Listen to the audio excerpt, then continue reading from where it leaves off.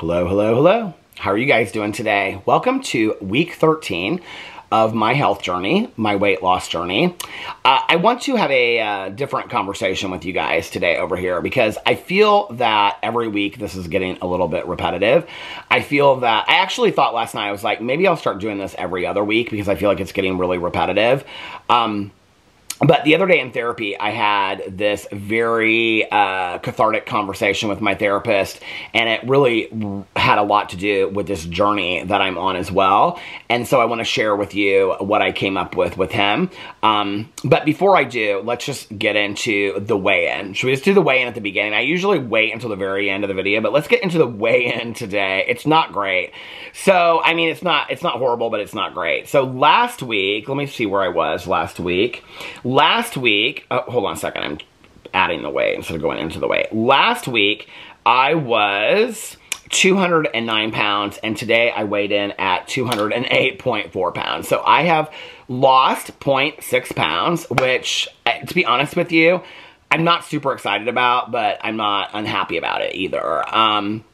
I haven't really done a whole lot in the last week, and that's just the reality. I haven't been walking a lot. I have been drinking water, but not tons. I haven't made a concerted effort to drink more water and walk more, and I haven't been lifting weights. I haven't been really doing a lot of the things that I need to do, other than just make better food choices. That is one thing that I have done, as far as, like, I ordered food a couple times this week, but I tried to make better choices in doing that, and so I haven't been doing a lot whatsoever on this weight loss journey, this health journey. So, you know, to lose a little bit makes me happy, and, you know, either to maintain or lose a little bit makes me happy. So with that being said, I don't feel like it's a complete fail, but I don't feel like it's a success either. So it just feels to me, like last week I said, you know, when you play blackjack, a push is a win. It feels very similar to me, but this is now like the third week in a row going on that I'm kind of stagnant. I'm in the same position I was in, you know, the last 2 weeks.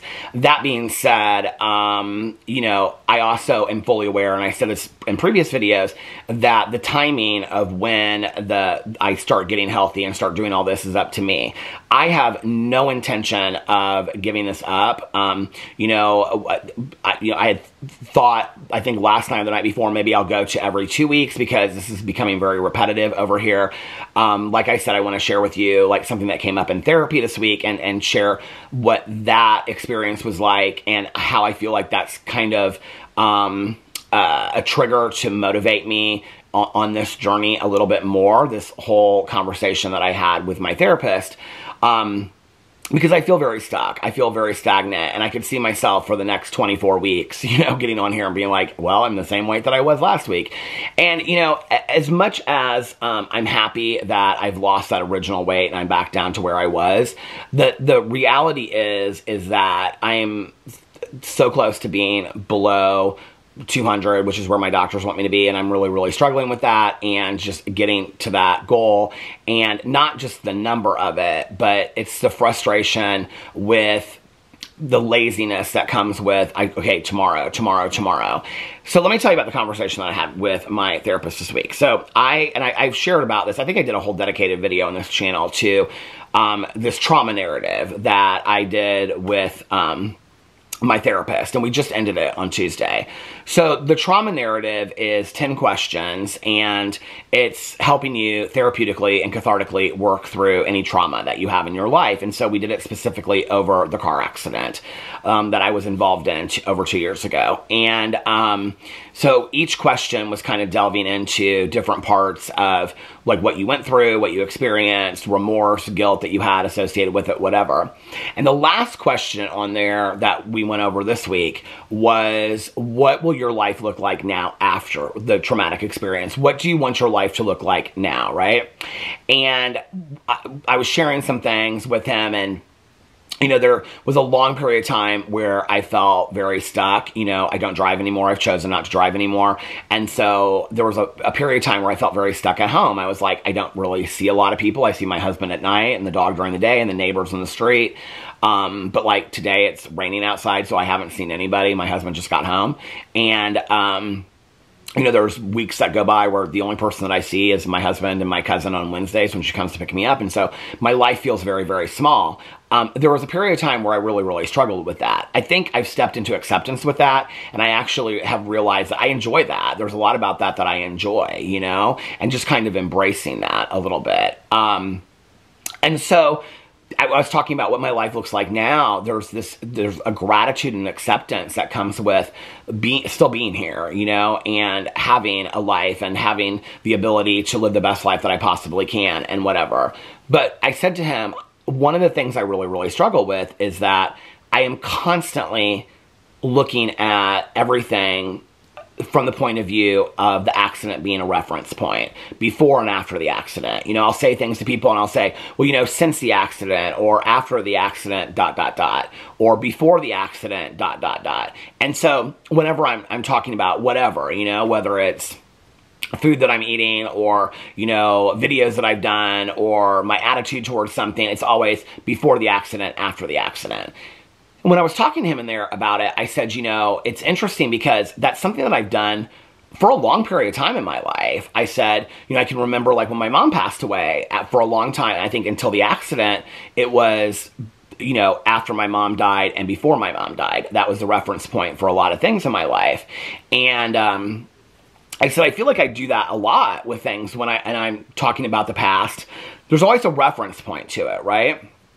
But for the last 2 years, the reference point has been the accident. And I said, I cannot continue to live the rest of my life from the reference point of, you know, okay, you've gone through this accident, now what's happened afterwards. Like, I can't continue like 20 years from now. You know, I was encouraged by the mother of the man that passed away in the accident to live the best life that I possibly can, and that I had to stop torturing myself. Well, to do that, I can't constantly live in this period where I'm you know, referencing the accident. And it's like, okay, well, after the accident, before the accident, and I look at my life, and it's not just about saying it. And that was the other thing that I said to him, and I said this in my vlog too. It's not just about saying it, right? Like in conversations, it's about the processing through my mind, that I look at things as, you know, like who I am today and how I view the world and my perspective since I've gone through this, right? Since my lived experience of going through this accident and what happened afterwards and all of that, right? And all the feelings and emotions associated with it. And I said, I can't live my best life if I'm constantly looking back at this accident. Like, I don't want to forget it, right? Like, it's this pivotal point in my life, and I'm a believer, like in recovery, we say we don't close the door on the past, nor do we forget it, but you don't live in it either, right? And I can't continue to live in it. And so he was like, well, when did that really start for you? Like, as a kid, did you do those things? Like, always have a reference point to things? And it was interesting because I was thinking back, and I was like thinking myself in high school, and I was like, okay, when I was in high school, did I think about like, well, when you were this or when this happened, like after my parents' divorce, before my parents' divorce? No, never said that. Never said this, never said that, right? And never said like before I was bullied, after I was bullied. It's always these huge transformative experiences. And I said to him, you know, it's really strange. Like, I started that when I got sober at, you know, 22 and a half years old. That was when I started it. Everything from that point on was before I got sober and after I got sober. And in fact, still telling stories in my vlog, I still say before I got sober, after I got sober, and things like that, right? Like, I'm still stuck in that. And so, that, like, it's been a huge reference point. He goes, so it really started with your sobriety. And I was like, yeah, it really started with me getting sober and like this transformative journey that I was going through of being a different person. And he said to me, he said, so, you know, when you look at it, the big points in your life that you refer back to, or you've referred back to, have been your sobriety, have been your mom's passing, and have been the car accident. These huge transformative experiences. And I was like, yeah, you're right. And he was like, so maybe what you need is you need a new transformative experience. And I was like, oh, wow, like, I never really thought of it that way. Yes, absolutely, I think that's what I need. He goes, because then you have a new reference point, right? And so I said to him, okay, like, can you give me an example? And he was like, so he has several tattoos. And he was like, have you thought about getting a tattoo, something that symbolizes like the accident or whatever? And I was like, I've thought about getting tattoos in the past. I don't have any tattoos. And I said, and I'm not against it. I don't think that the tattoo is, like, if I got it, I don't think I would be, like, if I had it right here, I'd be like, okay, before I got the tattoo. And that's not a reference point for me, right? And so he said to me, he goes, well, you know, you and Alex have talked about renewing your wedding vows and things like that. He said, what about that? And I said, no, that's something that I think we want to do.